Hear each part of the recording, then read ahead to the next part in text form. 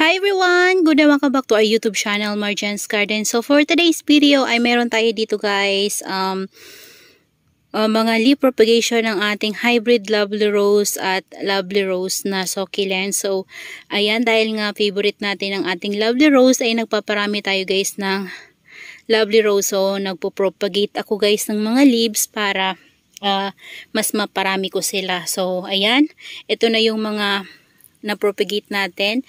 Last 2 weeks na guys nung na-propagate natin to. 2 weeks na mahigit. Ayan na siya. So, medyo lumalaki na yung mga leaves niya. Ayan. O, diba guys?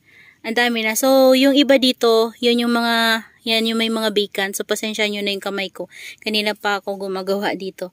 So, yung mga vacant dito ay yan yung mga hindi naging successful na leaves na nilagay natin. So, pero karamihan sa kanila ay naging successful guys. So, nagkaroon sila ng mga babies sa kanilang mga leaves. So, ayan sila. And meron pa ako dito guys yung mga hinulog-hulog ko lang to dun sa ibang pot. So, ito yung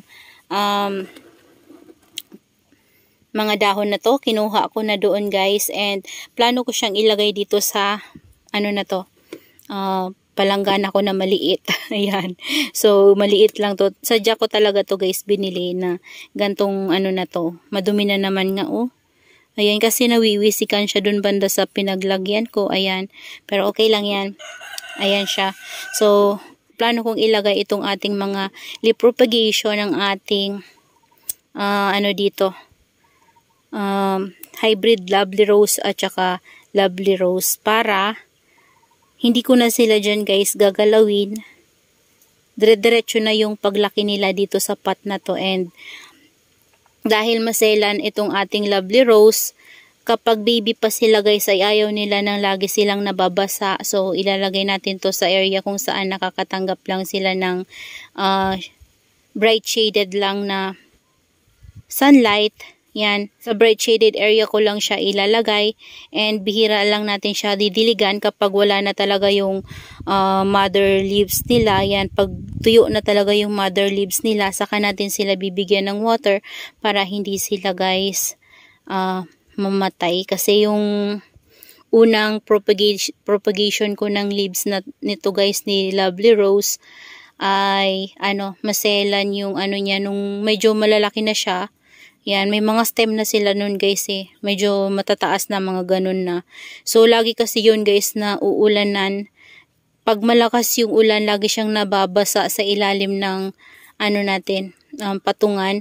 And, na guys yung iba, namatay. So, konti lang yung natira kasi nagsimashi yung mga natin, mga babies. So, yung mga ganito, hindi ko na guys alam kung hybrid pa ba, hybrid lovely rose ba to or lovely rose, kasi yung leaves ni hybrid lovely rose at lovely rose ko dito ay parang magkahawig na. So, nalilito na ako kung ano ba talaga yung lovely rose ko. Ito, sure ako na lovely rose to guys. So, ayan o, kasi medyo pa ganun siya. Ayan. Ayan, pero yung mga ganito, ito ata yung mga hybrid guys. Siguro yan yung mga hybrid, nakalimutan ko na kasi parang yung mga paganyan na style niya, ayan yung lovely rose. So, hayaan na lang natin. Paghalo-haluin na lang natin guys. Ayan o. So, okay lang naman maghalo silang dalawa. Pareho lang naman sila lovely rose. Diba? So, ayan. Ang ganda ng tubo nito guys oh. Tatanggalin natin tong bato na to syempre. Gagawin ko sana to guys arrangement, kaso lang nakita ko nga na napaka dami na ng tubo ng leaves ng ating mga propagation na lovely rose at hybrid lovely rose, kaya naisipan kong dito na lang para hindi ko na sila guys gagalawin. Yan, dito ko na sila palalakihin. Yan, kasi pangit din kapag palipat-lipat tayo ng ng pwesto nila. Ayan o, mapupuno ata natin to. Ayan. Napakainit ngayon dito guys. Kanina ay nag-ambon-ambon, pero ngayon ay mainit na sobra. Sobra init na dito. Ano nga guys yung panahon natin, ulan init yan. Dito sa amin grabe. uulan ngayon, iinit mamaya, uulan na naman ulit. Kaya yung mga nasa rain and shine natin ng mga succulents, talaga namang para silang naluluto. Minsan yung mga leaves nila ay nagsisimashi. Ayan, yung mga purple delight ko doon, nagsisimashi yung leaves niya kasi nasusobrahan na ata sa tubig, tapos biglang iinit. Yan, maano sila, parang napapasma din siguro guys. Yan. Pero buti na lang guys, kinakaya ni Purple Delight sa labas. Nandun pa naman yung ating Purple Delight na variegated. Kaya nag-aalala din ako minsan. Pero maliit lang naman kasi yung pot nun. And tinatry ko na ilagay siya sa rain and shine kasi baka makita natin yung ganda ng kanyang variegation. Kasi dito guys sa loob medyo kahit nakakatanggap sila ng full sun, iba pa rin talaga yung nasa rain and shine sila kasi doon ay open area. Ayan. So ito, mapupuno na natin ng mga leaf propagation natin ng ating lovely rose. Napakarami nila guys. Yan, sinadya ko talaga to. Kinuhanan ko ng mga leaves yung ating mga lovely rose at hybrid para mapropagate natin at mapadami natin. Diba Kasi ang ganda-ganda talaga. Yung naman ay mabilis lang alagaan guys, yung hybrid. Pero yung lovely rose talaga, yun yung medyo talagang maselan. Yan, maselan talaga yung ating lovely rose compare dun sa hybrid. Napakabait niya.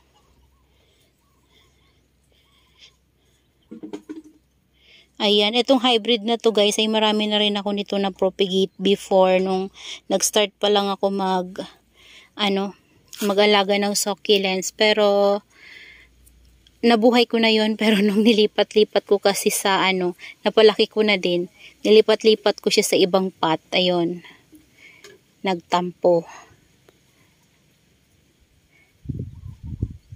Ayan, ito meron nang natuyo na yung yung leaves. Ilagay lang natin dyan. Diba guys, ang dami-dami nila.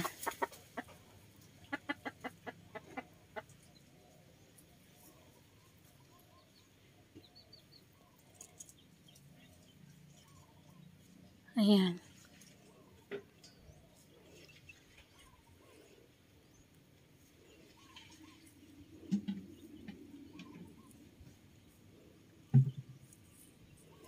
Ayan meron pa tayong natitira doon guys, parang hindi na kasya. Ayan. So ayan punong-puno na yung ating maliit na palanggana.